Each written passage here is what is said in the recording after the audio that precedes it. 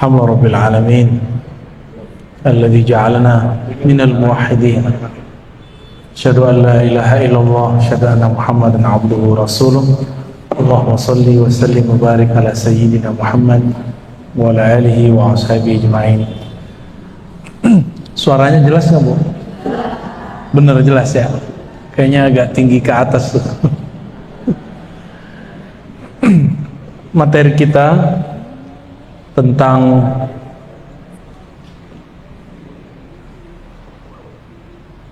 tauhid ya. Gimana judulnya? Ma'rifat muwahhidin. Ma'rifatnya ahli tauhid. Untuk itu mari kita mulai dengan membaca Al-Fatihah. Semoga Allah membuka pikiran hati kita semua untuk mendapatkan ma'rifat, pengenalan kepada Allah. Al-Fatihah. A'udzubillahi minasyaitonir rajim. Ya kenapa ya syukur syukur. Warahmatullahi alaihi wabarakatuh. Kita masuk ke materi, mungkin ini materi penutup ya. Ma'rifatul muwahhidin. Ma'rifat ahli tauhid. Ma'rifat ahli tauhid. Ma'rifat pengetahuan al-muwahhidin, orang-orang yang bertauhid kepada Allah Subhanahu wa taala. Ya. Pakai ini. Tes sama aja. Gimana? Sama nggak? Ya, ya telinganya aja yang agak dipasang ya. Saya pelan-pelan insyaallah ya. Ayat tauhid yang paling sering dibaca dan sudah dihafal bahkan oleh anak kecil itu surat Al-Ikhlas. Qul huwallahu ahad. Itu dalil pertama kita. Katakanlah dialah Allah ahad. Ahad itu Esa. Esa masih bahasa Sanskerta. Mungkin kita turunkan ke bahasa kita, tunggal, masih bahasa sana juga. Turunin lagi, satu. Tapi satu dengan tunggal itu ada sedikit perbedaan. Kalau satu masih ada duanya, tapi kalau tunggal nggak ada nomor duanya. Tunggal nggak bisa dibagi dua. Esa tunggal itu sama, tidak bisa dibagi dua. Kalau satu bisa 1,5, bener. Kalau satu itu 2 kurang 1, 1. 3 kurang 2, 1. Tapi kalau tunggal nggak begitu. Itu beda secara bahasa ya. Selama ini kita sering mendengar kata tunggal, Esa. Barangkali kita menyamakannya dengan kata satu. Makanya Allah membedakan namanya Ahad dengan Wahid. Ada Wahid gak bahasa Asmaul Husnanya? Ada gak? Wahid artinya yang maha pertama. Kalau Ahad yang maha tunggal, yang maha esa. Maka Pancasila nomor pertama, ketuhanan yang maha esa, yang memenuhi syarat cuma umat Islam. Ada yang agak mendekati Yahudi, tapi Yahudi kan bukan agama resmi. Ada yang sedikit mendekati, yaitu Nasrani yang Unitarian, yang menyembah satu Tuhan. Ada lagi yang mendekati, yaitu Hindu murni. Hindu mereka mengatakan bahwa Sang Hyang Widi itu yang Maha Esa. Kita kan sering dengar ada apa dewanya tuh, Dewa Wisnu, Dewa Siwa, yaitu Allah juga. Kalau kita nyebutnya apa? Dewa Siwa itu nama lain daripada Sang Hyang Widi, namun dengan sifatnya yang sangat tegas. Ini dimatiin aja. Mana pergi?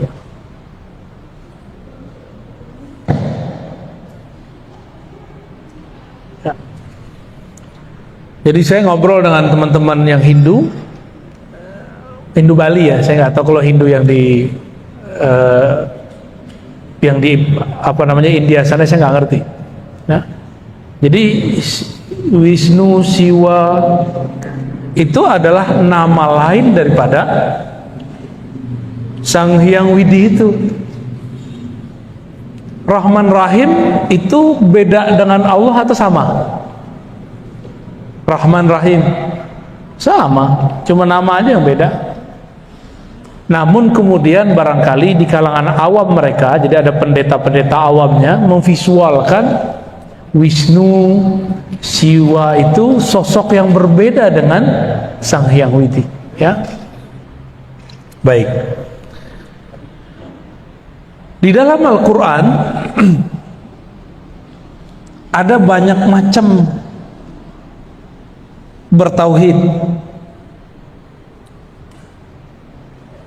Ada mulai dari tauhidnya orang-orang munafik, orang-orang kafir, ya. Ini tauhid level paling bawah. Sebenarnya nggak disebut tauhid, ya. Kita sebut saja tauhidul munafikin, tauhidnya orang munafik. Tauhid orang munafik ini lain di mulut, lain di hati. Inilah yang disebut dalam surah Al-Baqarah, yukhadi'una Allah walladzina amanu. Mereka hendak menipu Allah dan orang-orang yang beriman. Lidahnya bilang la ilaha illallah, kalbunya tidak. Ini tauhid apa namanya? Tauhid munafikin. Yang kedua, ada tauhid muqallidin, tauhid orang yang taklid. Apa arti taklid? Ikut tanpa tahu dalilnya, itu namanya taklid. Apa kata kiai deh gitu, apa kata ustadz. Tauhid muqallidin ini, kalau dia dapat guru yang benar-benar, kalau dia dapat guru yang nggak benar, ya salam. Dapat ustadz pengajian mengajarin Allah berada di atas aras, ya sudah, dia ikut begitu. Akhirnya terjebak membayang-bayangkan Allah. Dulu di Masjid An-Nasr ada yang ngajarin begitu, ya. Malah ibu-ibu ditanya di mana Allah, katanya dalam mengaji. Dibacain hadis sama dia, fis sama, di langit. Padahal ini hadis bertentangan dengan hadis yang lebih sahih, Sahih Bukhari. Itu hadis riwayat Imam Muslim. Riwayat siapa? Imam Muslim ini kualitas hadisnya di bawah Imam Bukhari. Jika ada riwayat yang sahih menyalahi yang lebih sahih, maka disebut dengan syadz, hadisnya ganjil. Dalam Sahih Bukhari, bab mengenai Isra Mi'raj, Nabi ketika naik ke langit, langit pertama, kedua, ketiga, keempat, kelima, ketujuh, tidak bertemu Allah. Bertemunya siapa? Para nabi. Sedangkan hadis ini mengatakan fis sama. Di manakah Allah wahai budak? Si budak mengatakan Tuhan Allah di langit. Berarti keliru dia. Riwayatnya keliru. Kenapa? Waktu Nabi di langit pertama ketemunya Nabi Adam, kedua, terus sampai ke langit ketujuh ketemu Nabi Ibrahim alaihissalam. Ini Sahih Bukhari, yang ini Sahih Muslim. Lebih tinggi mana? Sahih Bukhari. Maka kita menggunakan Sahih Bukhari sebagai panduan, ya. Oleh karena itu, Imam Nawawi yang punya otoritas menjelaskan hadis di mana Allah dijawab oleh perempuan di langit, itu mengatakan bahwa kata di langit di situ bukan berarti di atas, tapi menunjukkan dia mengingkari Tuhan-Tuhan di bumi. Berhala maksudnya. Yang diakui cuma Allah Subhanahu wa ta'ala. Baik. Ini tauhid apa yang tadi? Yang kedua, Tauhid muqallidin, tauhidnya orang-orang yang taklid. Apa arti taklid? Ikut tanpa mengetahui dalil atau hujjah.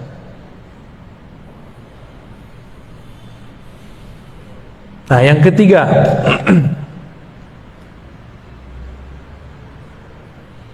yang ketiga ini dalil uqala atau ulul absar, dalil orang-orang berakal, dalil orang-orang berakal. Ya, tauhidnya orang berakal. Tauhidnya orang berakal, dalil itu bukan ayat sekian nomor sekian bagi dia, tapi masuk dalam pikiran dia maka diterima. Ini orang-orang yang berakal, ini momen tinggi nih. Kebanyakan orang beriman di sini atau di nomor dua tadi. Tauhid al-uqala, tauhid orang berakal. Dia mengenal Allah dengan akalnya. Tapi perlu diingat, akal itu dia punya karakter. Apa karakter akal? Dua aja, menerima, menolak. Inilah yang rumit. Kenapa rumit?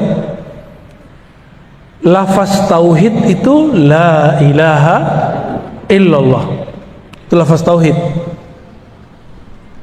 Coba lihat ya, surat Muhammad ayat 19, fa'lam annahu la ilaha illallah, ketahuilah bahwasannya la ilaha.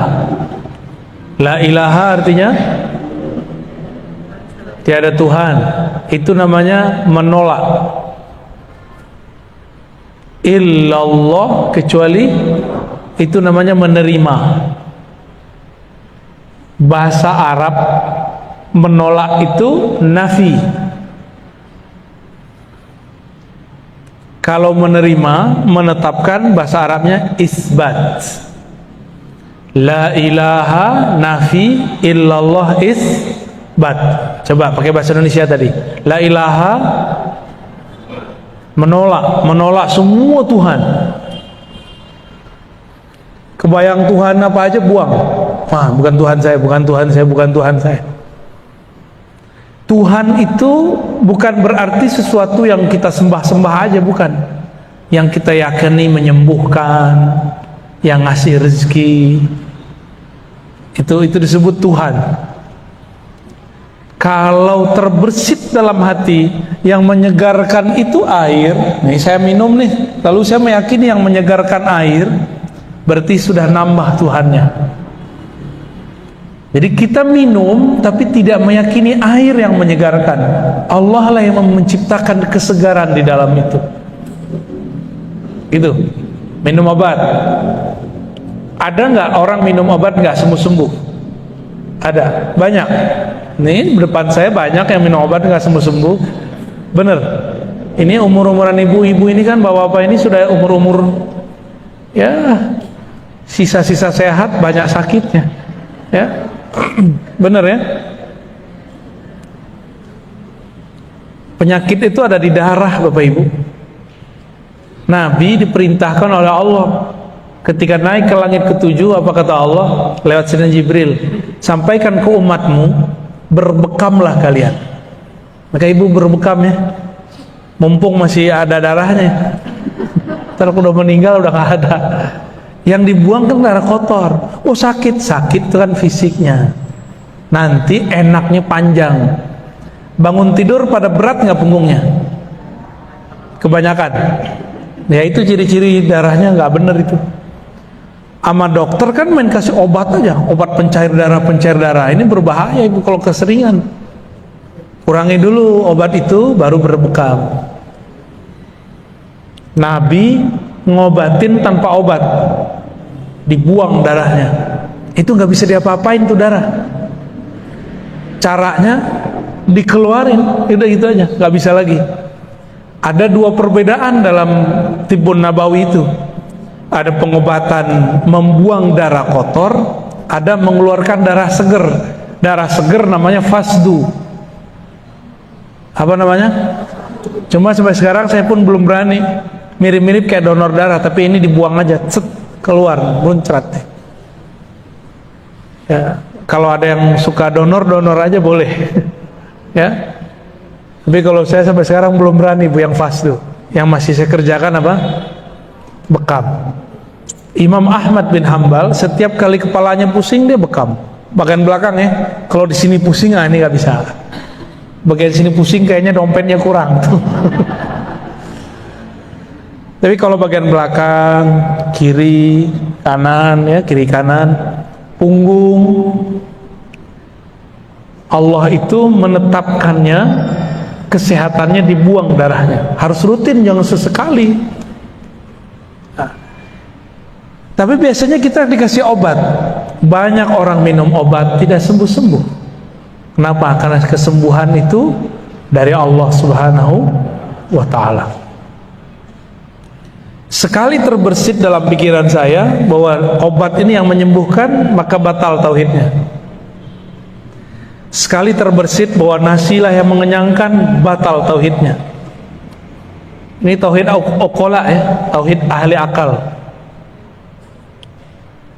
Kita boleh nggak bilang nasi mengenyangkan secara fisik, tapi secara hakikat hanya Allah yang mengenyangkan. Secara zahir kita boleh bilang air menyegarkan, tapi secara akidah, hakikat, keyakinan hanya Allah lah yang menyegarkan. Kalau enggak, udah bertambah Tuhannya. Nah, ini berbahaya ya. Bapak Ibu mungkin sebagian, kalau yang ibu-ibu ini rezekinya lewat suami. Kalau bapak-bapak ini mungkin bekerja sendiri. Itu cuma asbab aja. Banyak kok orang kerja nggak dapat duit juga ada. Berarti rezeki bukan lewat itu. Ada orang yang dia udah capek-capek kerja di A, dapat rezekinya di B, benar nggak? Itu banyak sekali. Udah daftar, nggak jebol-jebol. Tahu-tahu jadinya dia mandiri, ya. Ini tauhid uqala, tauhid orang berakal. Dia pakai akal deh. Nah, maka orang ini kalau baca la ilaha Allah, akalnya yang main. La ilaha illallah, tiada yang menyembuhkan kecuali Allah, tiada yang berbuat kecuali Allah. Itu yang dia lihat. Tiada yang menyegarkan kecuali Allah. Tapi di sini belum jadi rasa, masih teori. Ini boleh kita sebut dengan tauhid orang yang masih berteori. Ya, yang nomor 3 ini. Yang nomor 4, nah ini sudah mulai masuk kepada kolbu. Saya menyebutnya tauhid muraqabah. Tauhid apa namanya? Muraqabah itu merasa dipandang oleh Allah yang Maha Esa, merasa diawasi, merasa diperhatikan gitu. Ini gimana caranya mencapai itu? Yang merasakan dipandang, diawasi itu bukan akal, tapi kolbu. Maka untuk mencapai rasa itu, mencapai tauhid ini, harus mengaktifkan zikir kolbunya. Dulu sebagian besar ibu-ibu sudah saya ajarin zikir ya, diamalinnya tuh. Iya, katanya mau belajar zikir, kita ajarin zikir nggak diamalin, ya. Besok saya nggak ajarin lagi Bu. Mahal itu Bu zikirnya, saya dapatnya kemana-mana itu, bertahun-tahun saya ngamalin itu. Zikir kolbu, udah dikasih tekniknya, udah dikasih ini cara ngamalinnya, udah kita kasih fasilitas, nggak mau ngamalin juga, ya sudah, nggak akan pernah naik sampai kepada makom yang ke-4. Nah, nanti tanya sama Bunda Tina ya, ini kayak gimana zikir yang mana sih? Itu pasti nanya tuh, pada bengong. Dulu mewek-mewek dari zikir. Juga ada tuh di masjid Syuhada belakang, yang ke arah mana tuh? Ya, ceger ya, ceger ya bener. Itu saya ajarin juga tuh, nggak tahu masih ingat tuh mereka tuh. Pada nangis mewek-mewek, tapi ya nggak tahu lah. Zikir itu yang bagus bukan banyak belajarnya, tapi banyak ngamalinnya. Jadi kolbu itu bahasa Arabnya sesuatu yang berubah-ubah, sesuatu yang elastis. Kalau kolbu sudah kaku, udah nggak ada rasa, udah nggak bisa diajak nangis, udah nggak bisa tersentuh, berarti kolbunya, apa kata orang, tubuhnya udah baal gimana? Kalau bahasa Arabnya qaswatul qalb summa qasat qulubuhum, lalu hati mereka menjadi kesat, menjadi kasar, menjadi kaku. Tapi tenang Bapak Ibu, Allah itu maha menghidupkan, ya, Allah maha menghidupkan. Yang dihidupkan Allah tidak hanya tumbuhan, yang dihidupkan Allah juga kolbu yang mati. Yang penting ada usaha untuk mau belajar zikir kolbu, ya. Next, Ibu pakai mic sendiri ya, mic sendiri terus bawa. Ini pakai itu nggak? Udah ada, tapi kok masih bengang ya?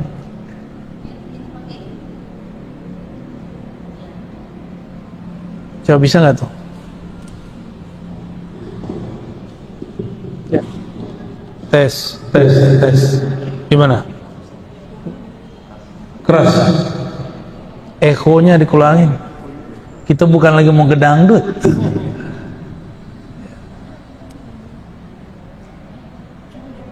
Ya, tes. Ekonya. Akhin. Wah, nggak bisa. Tes.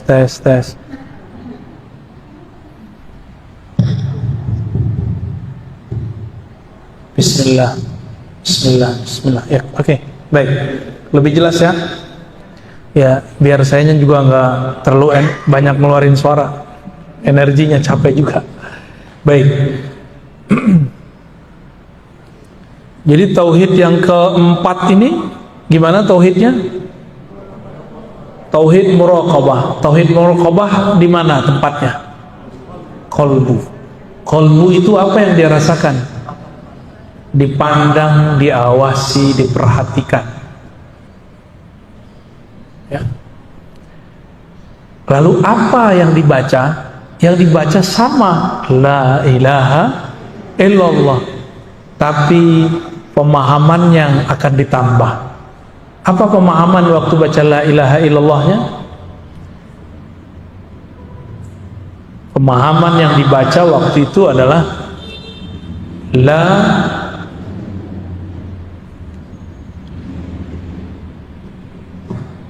tidak ada yang memperhatikan, yang mengawasi kecuali Allah.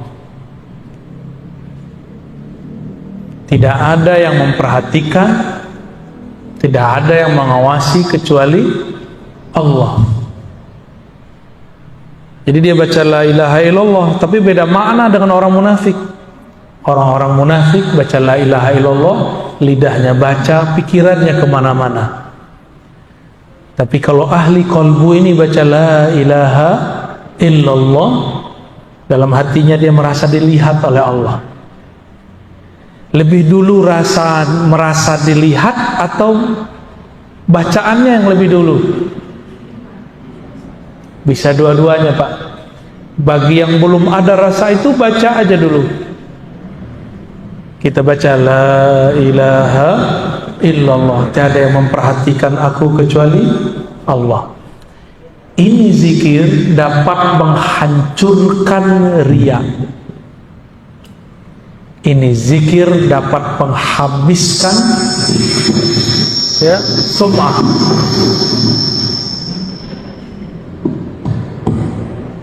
Ada angin puting beliung. Jadi kalau orang-orang yang punya penyakit di kolbunya, penyakit riya. Apa itu penyakit riya? Ya. Riya itu artinya merasa dipandang beramal, merasa dilihat beramal, ya, itu riya. Saya sudah sering membedakan antara riya dengan sombong. Sombong itu merasa diri kita sesuatu, itu sombong. Kalau riya merasa amal kita sesuatu. Yang bangun masjid ini nih, itu diintai terus sama setan. Setan ingin menggoda dia, menyinggung dia, membuat dia sakit hati, sampai dia kemudian ngomong, kalau nggak karena saya masjid ini nggak jadi, gitu. Itu yang lagi diintai-intai sama setan. Kalau ibu-ibu pengajian, itu setan ngomong gini, kalau bukan saya yang urus, ini majelis nggak jalan. Kalau terbersit itu, maka ini berbahaya.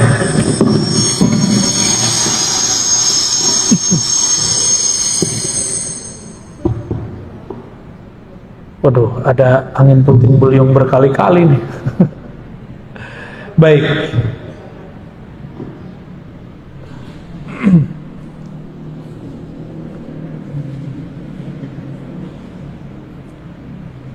Untuk sampai ke sini, maka coba lihat surat Ali Imran ayat 2. Alif Lam Mim, Allahu la ilaha illa huwal hayyul qayyum. Allah tiada yang berhak disembah kecuali Dia. Dan insya Allah udah bagus, Bu. Udah bagus ya. Masih jelas kan? Udah beres, Bu. Coba perhatikan surat Ali Imran ayat 2. Allahu la ilaha illa hu. Ya, habis itu huwal hayyul qayyum, ya. Allah dulu, baru la ilaha illa hu. Sebelum baca la ilaha illallah, di kolbunya sudah membaca nama Allah. Dan saya sudah ajarkan ke sebagian besar ibu-ibu. Tahun berapa, Bu? Sebelum pandemi ya? 2019, pas sebelum pandemi. Disebut nama Allah dalam kolbu, baru kita lisannya baca la ilaha illallah. Dan saya sudah sering mengatakan juga bahwa ada yang unik di dalam Al-Quran. Di dalam Al-Quran lebih banyak lafaz la ilaha illahu daripada la ilaha illallah. Benar? Lebih banyak lafaz la ilaha illahu itu sampai 20 lebih. La ilaha illallah nggak banyak. Maka hu itu bagian dari nama Allah. Huwa bagian dari nama Allah. Apa arti huwa? Huwa itu artinya hanya Dia, tiada selainnya. Hanya Dia, tiada selainnya. Kalau masih terbayang bersama Allah ada sesuatu, baik itu pahala, terbayang surga, berarti belum nyampe. Tauhid orang nomor 2, tadi nomor 2 tauhid muqallidin. Tauhid muqallidin ini ciri-cirinya suka cari pahala. Dia bertauhid biar dapat pahala, biar masuk surga. Itu yang nomor 2. Kalau yang nomor 3 bukan, dia cari kedamaian, cari yang masuk akal. Ini nomor 3. Kalau nomor 4 tadi, di kolbunya yang ada adalah mencari bukan lagi kedamaian akal, tapi ketenangan kolbu. Terus nomor 1 kemana dia? Kalau nomor 1 cari aman. Tahu cari aman? Biar kelihatan aman nama orang, maka dia baca la ilaha illallah. Itu orang munafik.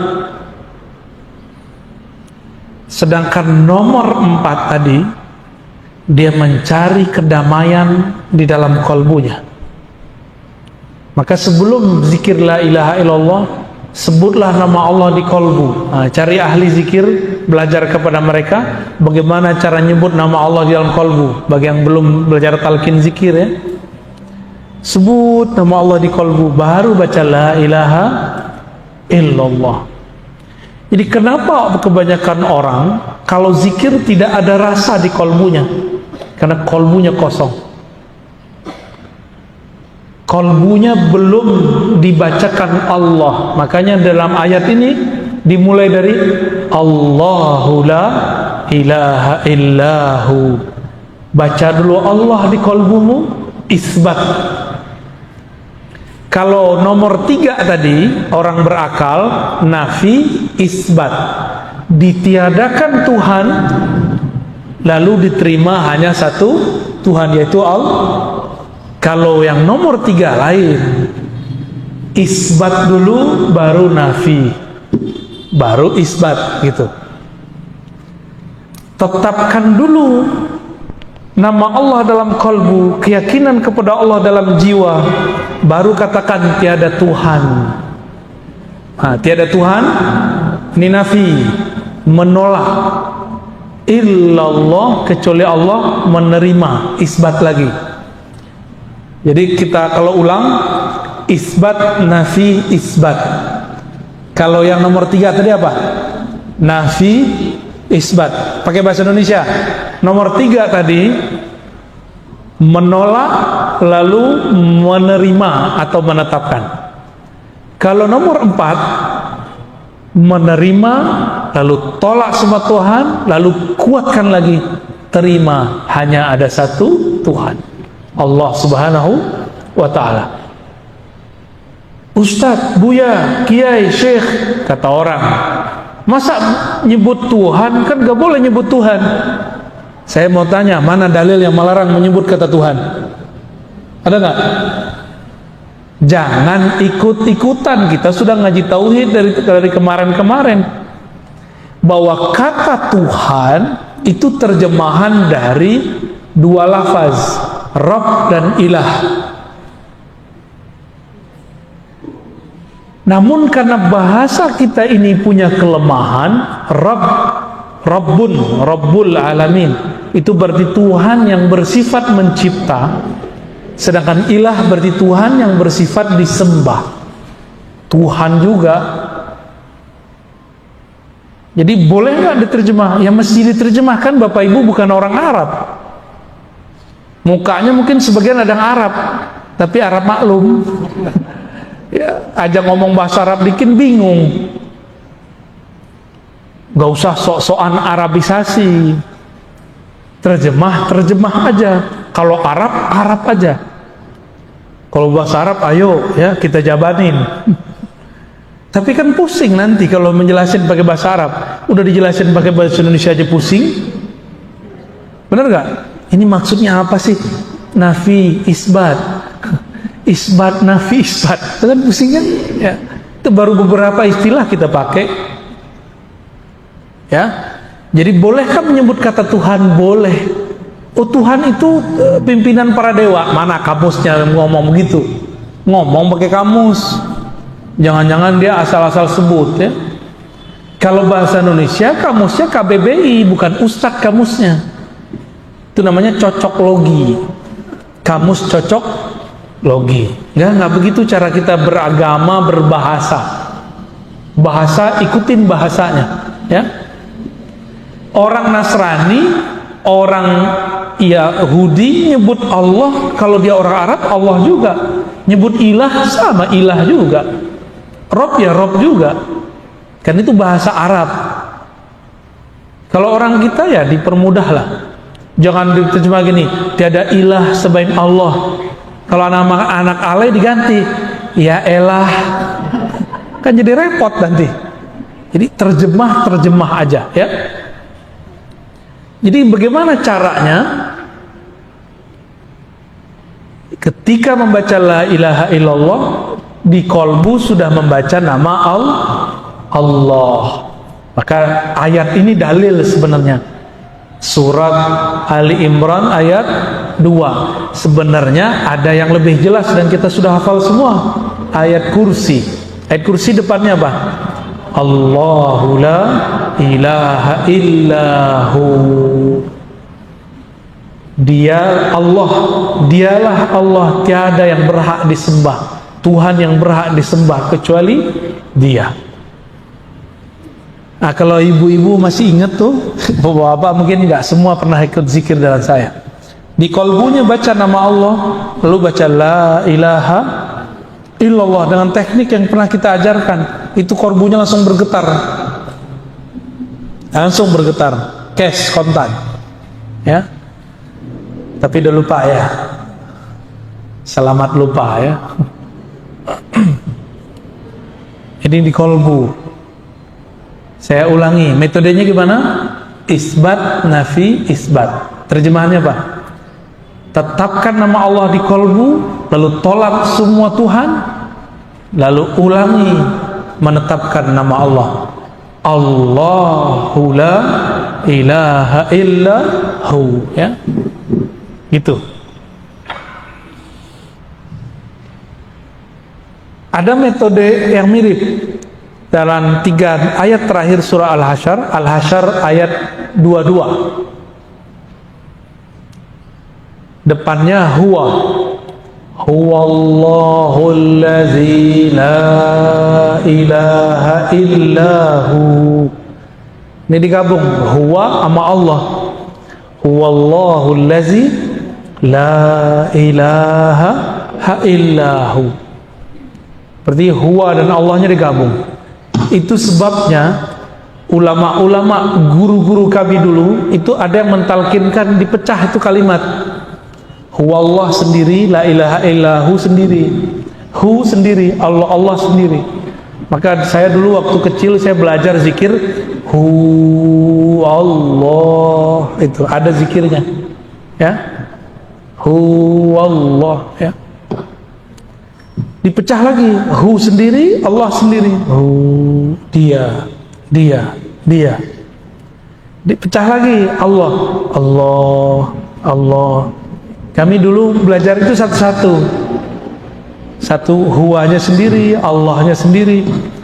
Nanti ada lagi zikir ahad sendiri lagi, ahad. Kul huwallahu ahad. Ada lagi zikir as-samad, ya samad, ya samad, ya samad. Ada semua teknik itu. Cuma sayang, teknik-teknik ini sekarang dibid'ahkan oleh orang yang nggak mengerti. Padahal dulu sahabat-sahabat Nabi mereka ngambil teknik itu dari Rasulullah Sallallahu Alaihi Wasallam. Sayyidina Bilal waktu disiksa oleh tuannya, maka dia zikir ahad. Karena itu zikir harian dia. Kalau kita ingatnya kekasih ya, mana manggilnya gimana? Mas gitu ya. Mas. Ya meninggal baca nama emasnya ya. Kalau yang laki-laki nyebut nama perempuannya. Sebut nama Allah. Itu yang paling ini. Huwa itu ada filosofinya. Huwa itu adalah nama membebaskan pikiran dari selain Allah. Itu rahasia dari kata hu. Hu Allah. Hu itu membebaskan pikiran dari selain Allah. Jadi orang-orang yang penakut itu zikirnya hu Allah. Misalnya takut ada kuntilanak, gundurwo, baca aja itu di situ. Bersih tar tempat tuh. Otak dia juga bersih dari horor. Di mana-mana ada makhluk selain kita, nggak hewan, nggak malaikat, nggak jin, ada. Satu jengkal di kita, Bapak Ibu, ini udah ada malaikat. Sudah ada dimensi lain, jin. Jadi kalau orang bilang rumah saya berpenghuni, ya iya, penghuninya kamu satu. Yang kedua, ada malaikatnya. Kalau di situ ada sholat zikir, ada silaturahim. Yang ketiga, ada jinnya. Kalau itu rumahnya muslim, maka jinnya muslim. Jin muslim tinggalnya di genteng, Bu, atau di atap itu ditinggalnya.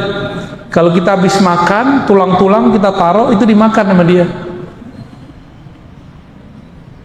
Ya, kelihatan sama jin itu ada dagingnya. Jadi tidak benar kata teman saya, ruqyahnya tidak syar'i, ngakunya syar'i. Apa kata dia? Kalau jin itu makan asap. Asap apa? Asap menyan. Ya salam, itu mau fitnah jin itu. Itu jin kalau denger, udah keselnya banget tuh. Lah masa kita ini makan asap ya? Nggak ada jin makan asap ya? Pernah denger nggak begitu? Nggak boleh pakai menyan. Lah di zaman dulu mana ada parfum misik namanya, orang dulu yang nyebutnya menyan, dibakar, sama kayak bahasa Arabnya bukhur. Bukhur kan dibakar juga, sama. Mungkin kita ngelihat ada orang Hindu Buddha atau orang-orang penyembah berhala bakar dupa. Dupa itu nggak ada urusannya sama jin atau enggak. Itu masalah orang yang bakarnya. Ya.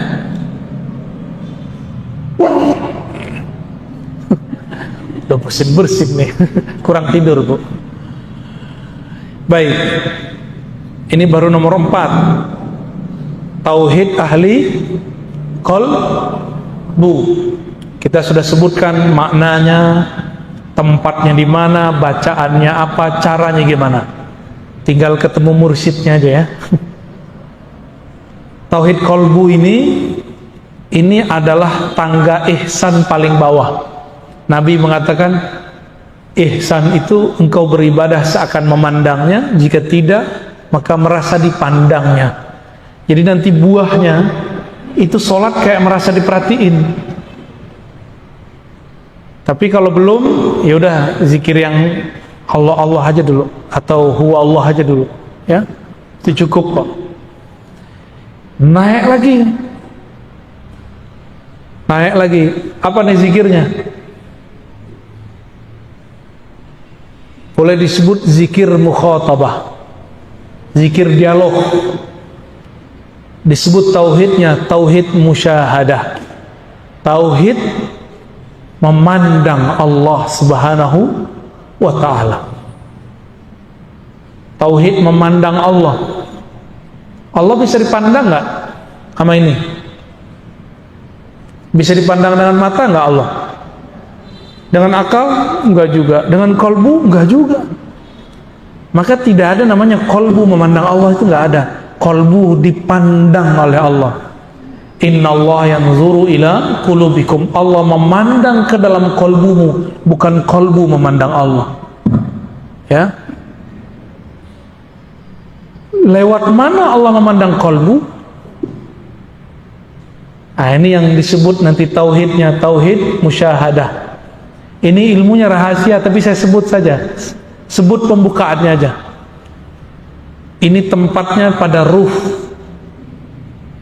Tempatnya ada pada ruh. Masih ingat ada ayat surat Zariyat, wa fi anfusikum afala tubsirun. Di dalam dirimu apakah engkau tidak memandang? Tauhid qalbu tadi yang nomor 4, dia merasa dipandang. Lewat mana dia dipandang? Lewat ruh. Ruh itulah yang memandang dia. Maka dia merasa diperhatikan. Ruh ini siapa yang memandangnya? Itulah Allah yang meniupkan ruh. Kita ini di dalam diri ini ada unsur selain tubuh ini. Saya sudah buat kajian ini berjilid-jilid, ya, dan berulang-ulang. Surat Shad ayat 72, Surat Al-Hijr ayat 27, Surat Sajadah ayat 7 sampai 9. Intinya sama. Allah mengatakan, aku ciptakan tubuh jasad manusia dari tanah. Setelah tubuh jasadnya sempurna, maka aku tiupkan rohku.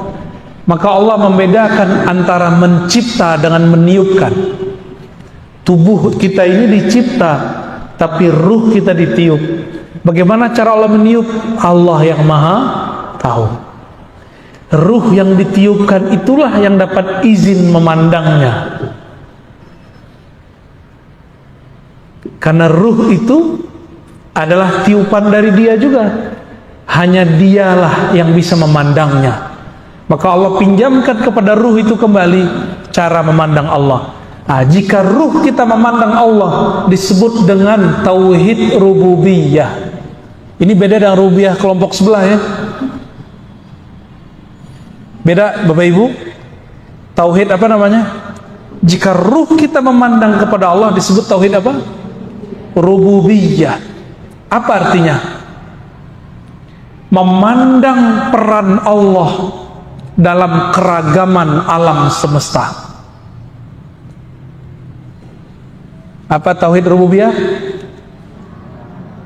Memandang peran, tambahin, memandang peran keesaan Allah dalam keragaman alam semesta. Ngerti nggak maksud itu? Allah itu esa. Ibu lihat ada pohon, ada kita, ada langit, ada bumi. Dalam memandang itu semua, kita punya keyakinan bahwa semua ini diciptakan dengan kunnya Allah. Nah, maka ini tauhidnya, lafaznya ada pada kun fayakun. Ya, apa lafaz tauhidnya? Kun fayakun. Kalau diurai jadi la ilaha illallah, la ilaha illallah apa maknanya? La qudrata wa la iradata illallah. Itu cara ngurainya. Tiada kudrat, tiada iradat, tiada kuasa, tiada kehendak, kecuali semuanya adalah kehendak dan kuasa Allah Subhanahu wa ta'ala. Ini nama tauhidnya apa? Tauhid rububiyah. Jadi bagi kita tauhid rububiyah ini bukan sesuatu yang berbeda dengan uluhiyah dipisah-pisah terus bertentangan, enggak. Rububiyah ini satu paket dengan uluhiyah. Ini cuma beda makom. Oleh kelompok sebelah beda. Bagi mereka tauhid rububiyah itu tauhidnya orang musyrik. Tauhid selain kelompok mereka. Bahkan disamakan tauhid musyrik, tauhid filosof, tauhid ahli kalam, tauhid kelompok yang berbeda dengan dia. Kelompok Asy'ariyah disebut cuma sampai rububiyah, Sufi cuma sampai disebut dengan rububiyah. Ini gak adil. Jadi kelompok sebelah nyebut rububiyah itu gak adil. Dan aneh, kok disebut tauhid orang musyrik? Loh, ada emang tauhid orang musyrik? Musyrik artinya apa musyrik? Menyekutukan Allah. Tauhid mengisahkan Allah. Nyambung nggak? Tauhid musyrik nyambung nggak? Nggak nyambung. Ya. Jadi tauhid rububiyah versi kita berbeda definisi dengan tauhid rububiyah versi kelompok yang menganggap kita ini sesat. Kita sih nggak anggap mereka sesat, cuma anggap kita berbeda. Udah, ya. Kita beda bro, gitu ya. Anda sesatkan kami, urusan Anda. Tapi kami tidak ada urusan dengan itu. Urusan kami tauhid rububiyah, mengesahkan Allah dalam perannya mengatur alam semesta. Tubuh kita ini banyak unsur enggak? Ada unsur air, ada unsur api, ada unsur tanah, ada unsur udara. Oleh orang Cina ditambahin unsur logam. Ya, tapi bagi kita logam itu bagian dari tanah. 4 unsur. Jadi ini tubuh ini kalau diurai 4 anasir namanya. Ya, 4 anasir. 4 unsur ini siapa yang kemudian mengatur alurnya dalam tubuh? Inilah yang disebut masing-masing 4 ini ada alamnya. Disatukan oleh Allah menjadi padu. Rabbul Alamin. Alhamdulillahi Rabbil Alamin. Segala puji bagi Allah yang Rabbi, yang memadukan, yang menyatukan alam semesta dalam keesaannya dengan keesaannya. Ya. Jadi Allah tetap sendiri meskipun yang diurus banyak. Itu tauhid apa tadi? Tauhid rububiyah. Maka orang ini dia memandang apa aja Di situ dia melihat peran Allah. Itu. Dia lihat dirinya, lihat satu helai rambut di badannya, yang dia pandang adalah Allah Subhanahu wa ta'ala. Terus ada yang lebih tinggi. Kalau tadi sifat yang berganti, sekarang bukan lagi, namanya tauhid musyahadah, atau disebut juga tauhid uluhiyah. Tadi musyahadah nama depannya sudah ada, kita tambahin ini musyahadah uluhiyah, ada musyahadah rububiyah. Ini musyahadah uluhiyah. Apa arti musyahadah uluhiyah? Itulah yang terkandung dalam surat Thaha ayat 14 dan surat Al-Ikhlas ayat pertama. Wahai Musa, kata Allah, la ilaha illa ana. Wahai Musa, tiada yang berhak disembah, yang berhak dituju, yang berhak dipuji kecuali aku. Ini yang ngomong siapa? Allah. Jadi Allah mengesakan dirinya dengan dirinya, nggak perlu alam. Kalau tadi rububiyah itu Allah mengesakan dirinya pada alam semesta, maka kita pandang semua alam, semuanya bergantung kepada keesaan Allah. Seandainya negara Indonesia ada 2 presiden, kacau nggak? Jangankan 2 presiden, baru 2 calon presiden beberapa tahun lalu udah pecah kepala kita ya, bener nggak? Udah pusing kita sudah. Gimana kalau 2 pemilik alam semesta? Jika ada 2 Tuhan di alam ini, negeri ini hancur, negara ini hancur, semua alam semesta hancur.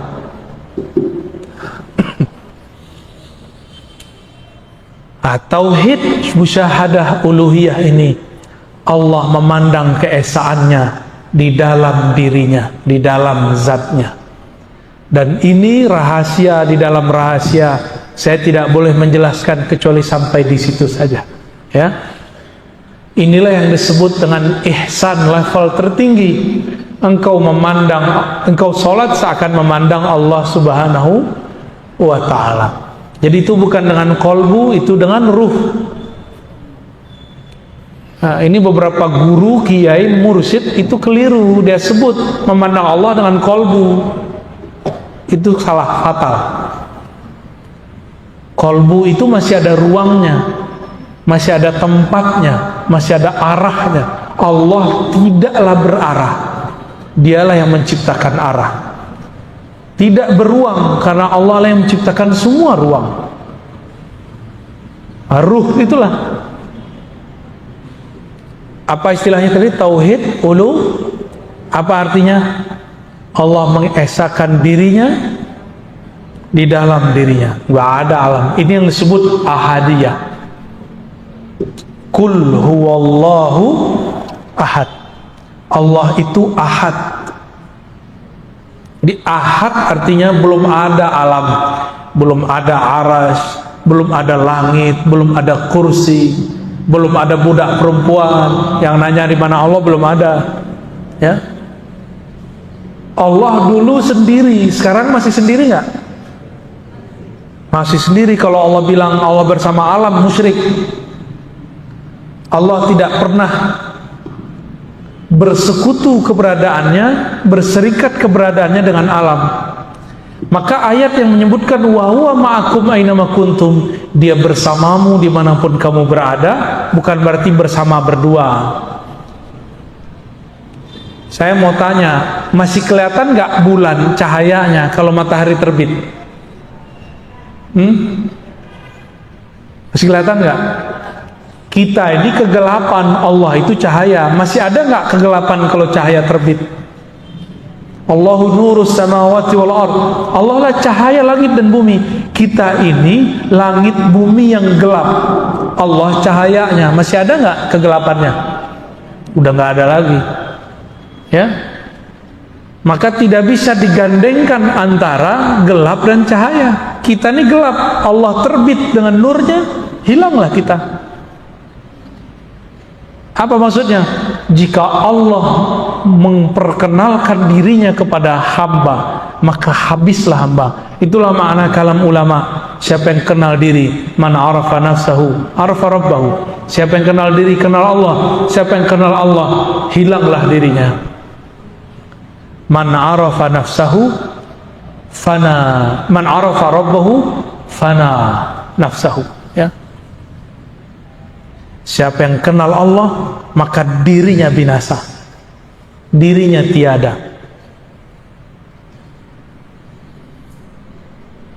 Nah, Nabi Musa waktu beliau meminta bertemu Allah, masih ingat ceritanya? Itu Allah hanya menunjukkan satu percikan cahayanya. Oleh Sayyid Ahmad bin Idris al-Idrisi, Imam Idris, ya, beliau mengatakan itu cahaya disebut Nur Muhammad sallallahu alaihi wasallam. Itu dalilnya. Dalil Nur Muhammad ada di situ. Jadi yang diperlihatkan Allah kepada bukit, kepada gunung, lalu gunungnya hancur, itu cahaya Nabi Muhammad sallallahu alaihi wasallam. Kok bisa cahaya Nabi menghancurkan gunung? Masih ingat nggak ada ayat tadi surah Al-Hasyr ayat 22, sekarang ayat 21. Lau anzalna hadzal qur'ana ala jabalin la ra'aitahu khashi'an mutasaddi'a. Seandainya Quran ini diturunkan ke bukit, ke gunung, gunung hancur, binasa, tertunduk, khashi'an mutasaddi'a. Nabi itu ditanya sama Aisyah, apakah akhlak Nabi? Apa jawaban Sayyidah Aisyah? Akhlaknya adalah Al-Quran. Al-Quran cahayanya cahaya Nabi. Nyambung? Nyambung nggak? Belum nyambung ya? Saya ulangi ya. Nabi Musa nggak sanggup melihat cahaya. Cahaya itu diperlihatkan ke gunung hancur. Tadi Sayyid Ahmad bin Idris al-Idrisi bilang cahaya itu namanya cahaya Nur Muhammad. Sayyidah Aisyah ditanya, Nabi Muhammad itu akhlaknya apa? Al-Quran. Maka cahaya Nabi ditunjukkan ke bukit, hancur bukit. Karena kalau cahaya Quran itu diturunkan kepada bukit, pegunungan, gunung hancur. Itulah rahasianya kenapa waktu Nabi naik ke atas gunung Uhud bergoyang.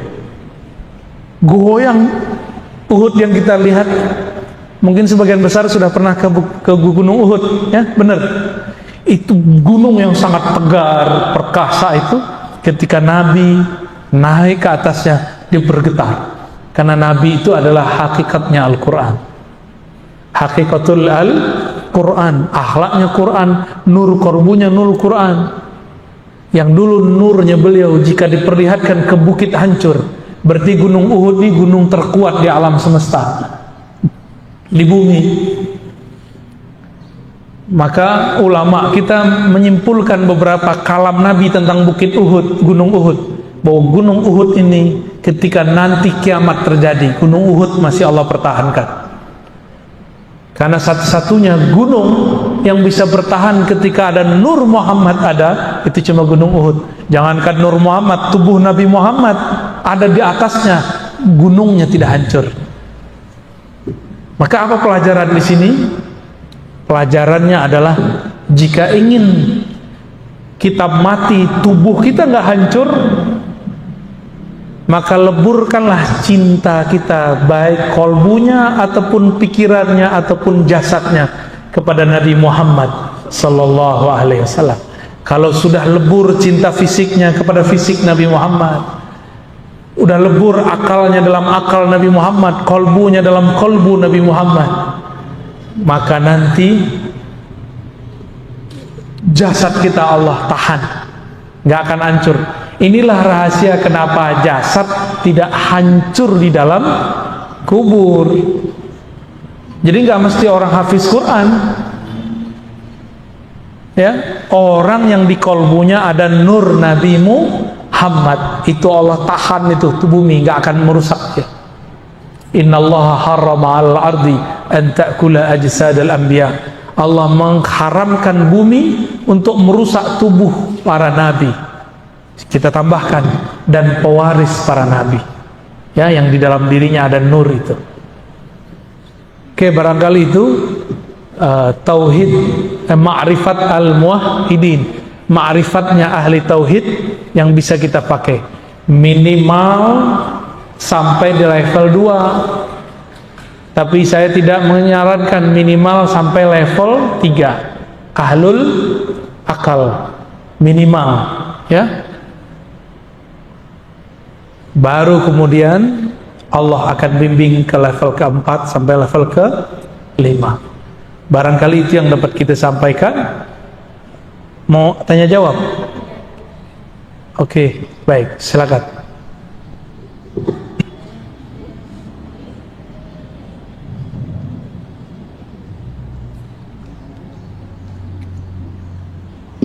Pakai tulisan, Pak? Pakai tulisan. Ya, ada tulisan, bisa.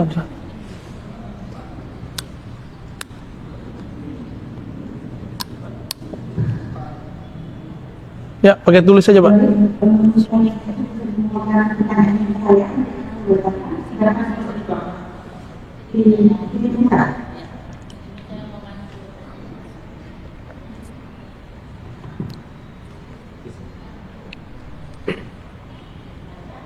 Assalamualaikum warahmatullahi wabarakatuh. Alhamdulillah wassalatu wassalamu ala Rasulillah.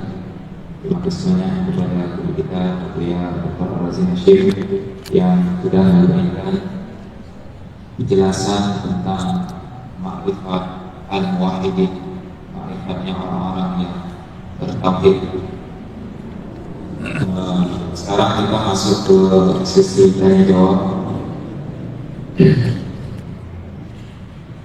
Saya akan pilih pertanyaan-pertanyaan yang sudah diajukan, sudah dituliskan di kertas, panitia sudah menyediakan jawaban. Kayak mau ujian aja, Musa. Kertas untuk menulis pertanyaan.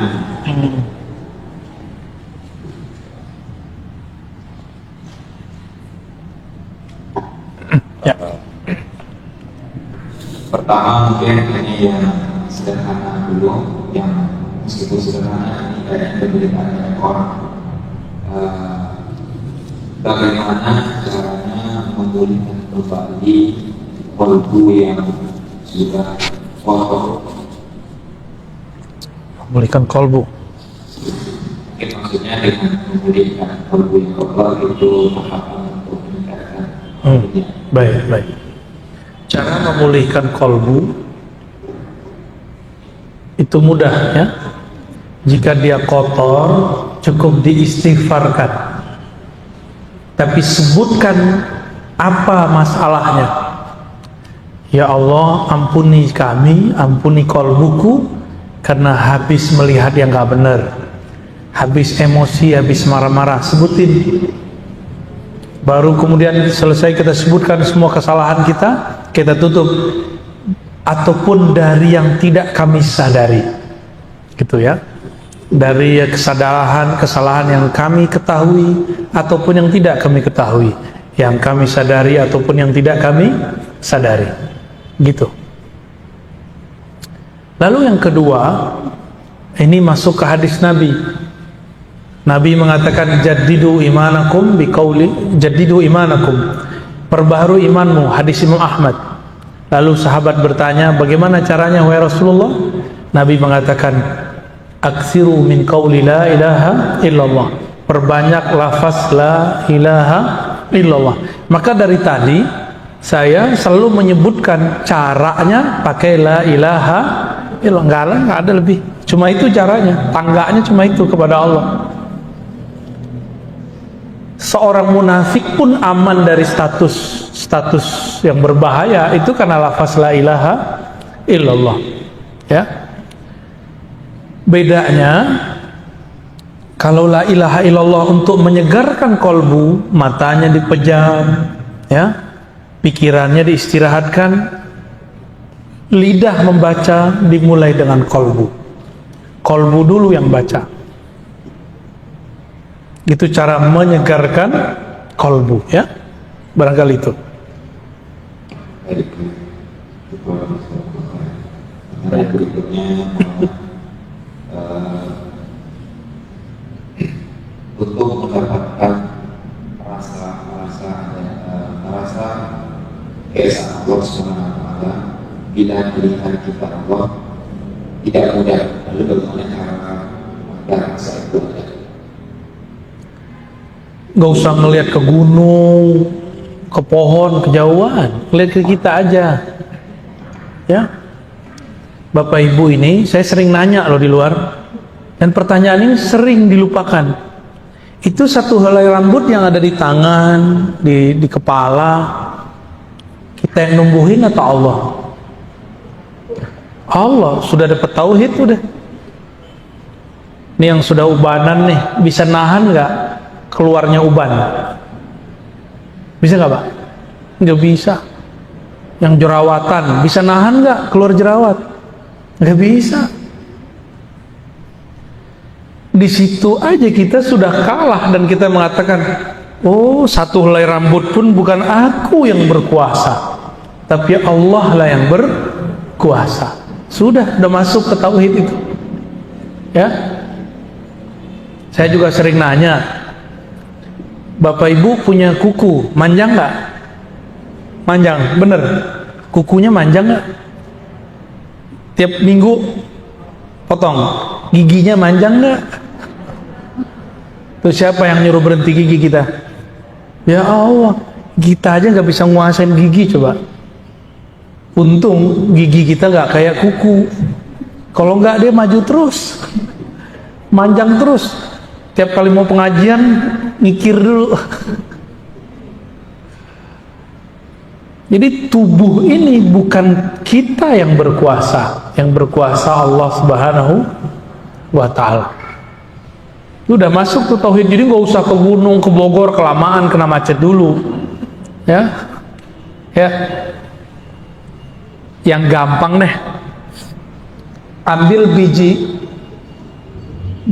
jagung, ambil biji cabai, aduk-aduk, ntar salah tumbuh nggak? Salah nggak tumbuhnya? Nggak bakal. Yang biji cabai pasti tumbuhnya cabai, yang biji jagung pasti tumbuh jagung, nggak ketuker. Kalau kurang percaya lagi, yang mirip itu kan padinya, padi ketan sama padi beras, aduk aja tuh mirip. Ntar tumbuhnya beda nggak? Tetap beda. Begitu Allah nggak pernah salah dalam mencipta, maka Allah nggak akan pernah mengirim rezeki baik namanya rezeki jodoh, rezeki uang, rezeki sehat, ya. Jadi Bapak Ibu ini jodohnya nggak akan ketuker. Saya pengennya sama dia, kok dia yang dapat dia? Itu nggak bener begitu, ya. Kita tidak akan pernah ketuker jodohnya, nggak akan pernah. Walaupun suami istri, rezekinya nggak akan pernah ketuker juga. Rezeki istri ya untuk istri, suami untuk suami, anak ya untuk anak, nggak akan pernah ketuker. Kalau suami istri aja nggak bisa ketuker, gimana sama tetangga? Biar gimana dengan teman kerja? Nggak akan ada namanya rezeki ketuker. Kalau begitu, muncul nggak sifat iri? Kalau sudah paham begini, kalau sudah paham bahwa rezeki tidak pernah ketukar, muncul nggak iri? Nggak bakal ada iri. Orang iri dengki karena dia tidak kenal kepada Allah Subhanahu wa Ta'ala, ya. Nggak akan pernah ketukar. Tidur itu rezeki loh. Tidurnya Bapak Ibu nggak akan saya ambil. Makanya orang-orang kalau udah ngantuknya datang, mau di depannya ada bom nggak bangun-bangun dia. Oke, lanjut. Sebelumnya mohon maaf Bapak Ibu karena banyak pertanyaan dan itu kita pilih dari semua pertanyaan yang disampaikan Dan beberapa pertanyaan di sini juga sebenarnya sudah sering dibahas sama dia, mungkin nanti untuk pertanyaan yang diajukan ternyata bisa mungkin dari jawabannya dari kajian dia sebelumnya. Nah, di sini pertanyaan berikutnya terkait dengan tauhid musyahadah, di mana tauhid musyahadah tadi ada dua macam, musyahadah rububiyah dan musyahadah uluhiyah. Di sini perannya mungkin kelihatan masih bingung tentang musyahadah uluhiyah. Ketika Allah bermusyahadah dengan dirinya pada dirinya, lalu dalam manusia ada di mana? Udah nggak ada manusia, ya. Kullu man 'alaiha fan, ya. Semua yang ada akan binasa. Jadi binasakan dulu, matikan dulu diri kita sebelum mati, baru tahu tuh rasa itu. Jadi kalau akalnya masih kritis, kolbunya masih mencari-cari, belum nggak akan dapat rasa itu. Ya, itu rasa dikasih sama Allah. Jadi yang nomor terakhir musyahadah uluhiyah dan rububiyah itu anugerah dari Allah. Tapi anugerahnya kalau ketemu Nabi Muhammad atau ketemu Wali Al-Ghaus namanya. Wali pangkatnya paling tinggi. Karena ini makomnya beliau, makomnya Nabi dan pewaris-pewaris beliau itu. Kalau nggak ketemu mereka nggak akan pernah dapat. Paling cuma dikasih wirid-wirid aja sama guru, sama kiai. Malam nih sekian, gitu aja paling. Nggak akan dapat lebih. Tapi kalau ketemu dengan Al-Ghaus, wali yang lebih tinggi dari semua wali, yang kolbu dia plok copy paste kolbu Rasulullah, ya, seperti Syekh Abdul Qadir Jilani, Sidi Ahmad Rifai, ya, Abul Hasan Syazili, Ahmad Tijani, itu mereka kolbunya tuh. Murid-murid mereka mengalami hal itu. Ya, kalau di akhir zaman ya Al-Ghaus akhir zaman sampai nanti Al-Imam Al-Mahdi, ya. Jadi itu anugerah dari Allah, nggak usah dipikir-pikirkan. Berdoa aja semoga ketemu mereka, dididik oleh mereka, lalu kemudian kita dihantarkan Allah kepada itu. Amin ya rabbal alamin, ya. Udah. Satu lagi. Pertanyaan terakhir terkait dengan zikir yang tadi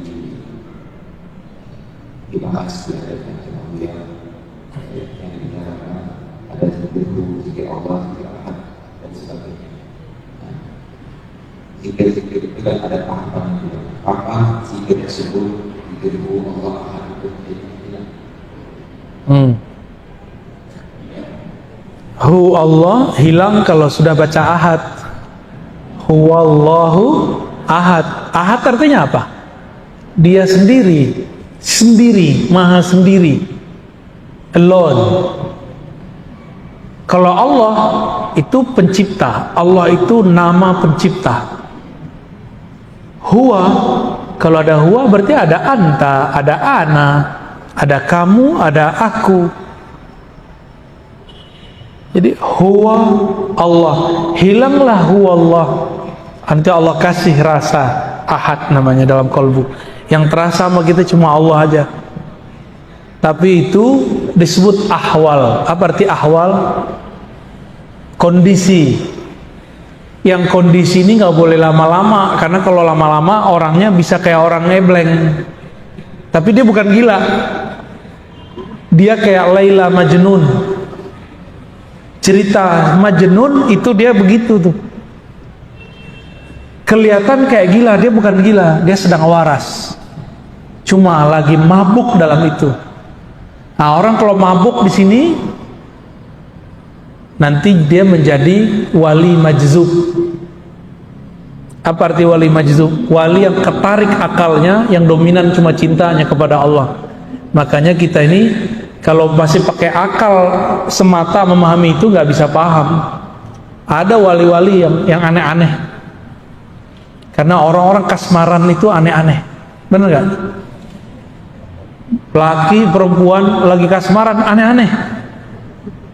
nggak pakai otak dia, agak miring dikit, seakan dunia milik dia dan yang dicintainya doang, ya. Nah, apalagi jatuh cintanya kepada Allah Subhanahu wa Ta'ala, ya. Jadi itu hanya terjadi pada orang yang zikir, para muhibbin, orang-orang cinta kepada Allah Subhanahu wa Ta'ala. Khalas ya? Masih ada? Oh ya, ini kan tawakufan ya, kita sudah 6 pertemuan, bener ya? Nanti Sidi Musa yang ngajar ya. Pakai kitab apa yang udah? Aqidatul Awam sudah? Sama Habib Geis? Belum ya? Habib Geis ngajar apa? Aqidatul Awam.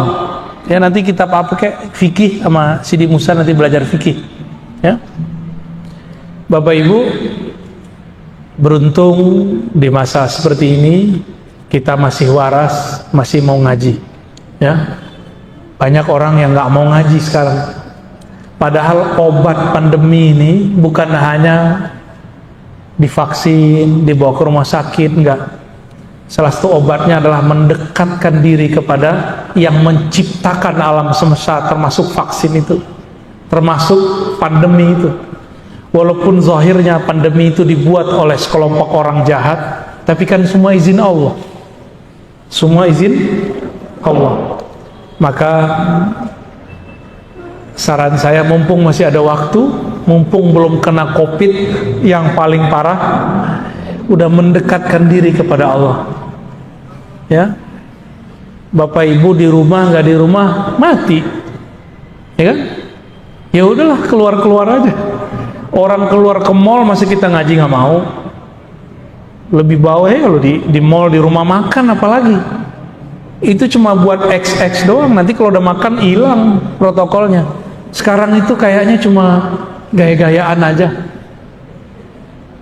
Kalau udah begitu, masa untuk kolbu kita cuma gaya-gayaan doang? Harus lebih serius, ya.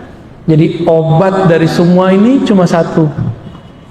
Innallaha ma'ana, menghadirkan bahwa Allah bersama kita. Baru nanti muncul inna awliya Allah la khaufun alaihim wa lahum yahzanun, surat Yunus. Sesungguhnya kekasih-kekasih Allah tidak ada rasa takut di kolbunya, tidak ada rasa sedih yang berlebihan dalam dirinya. Kenapa? Karena kolbunya sibuk menyebut nama Allah Subhanahu wa Ta'ala, ya. Ruhnya sibuk menatap Allah, lisannya sibuk qomat kamit membaca kalimat-kalimat Allah, tubuhnya sibuk menyembah Allah. Udah gitu aja kerjaannya. Niatkan kerjaan kita nyembah Allah. Kalau orang kerja nyembah Allah, mungkin nggak dia korupsi. Jadi di cara sujudnya pekerja, bekerjalah jujur. Itu cara sujud pekerja. Dagang, ya. Jangan korupsi waktu, korupsi uang. Itulah cara sujud orang yang bekerja. Cara sujudnya pemimpin berbuat adil. Jadi kalau ada pemimpin adil, itu oleh orang yang mata batinnya tajam, kelihatan tuh sujud. Kelihatannya sujud. Kalau guru seperti saya, dosen, itu tulus. Berat tulus itu, Bu. Berat, serius. Amplopnya tipis dikit tuh mulai berkata-kata tuh. Serius. Ini yang kemudian kita digampar-gampar terus sama guru kita dari dulu. Ditata terus. Supaya nggak berubah kolbunya. Mau itu tipis ataupun tebal. Kan dari Allahnya sudah ada. Kan Allah yang ngasih rezeki. Ini para guru nih, kalau paham bab ini, dia nggak akan terlalu galau. Bahkan kalau dia ngajar suatu tempat nggak dikasih honor, dia biasa aja. Pasti di tempat lain dilebihin. Begitu aja terus, ya. Cuma kadang-kadang guru ngaji aja kadang-kadang keyakinan dia kepada rezeki Allah masih dipertanyakan. Dan saya tidak sedikit bertemu guru ngaji, Tuhannya bukan Allah lagi, tapi orang kaya yang biayain dia. Itu sering kejadian. Jadi kolbunya itu sudah nggak bergantung kepada Allah. Nah, untuk Bapak Ibu yang diberikan kemapanan, Bergantunglah kepada Allah yang Maha Mapan. Ke guru bukan bergantung, ke guru itu bersanad. Apa arti sanad? Kita menyandarkan ilmu, kepada guru, guru kepada gurunya, nyambunglah kepada Rasulullah Sallallahu Alaihi Wasallam. Dengan demikian, maka kita akan selalu terhubung, terkoneksi dengan Allah. Disitulah tiada lagi rasa galau, rasa gelisah, insya Allah. Untuk itu semua, mari kita doakan siapapun yang hadir, para pengurus, para pengajar, orang yang membangun masjid ini, semuanya, semoga Allah berkahi, Allah ridhoi. Al-hazinnya wa likulli salihah. Al-Fatihah.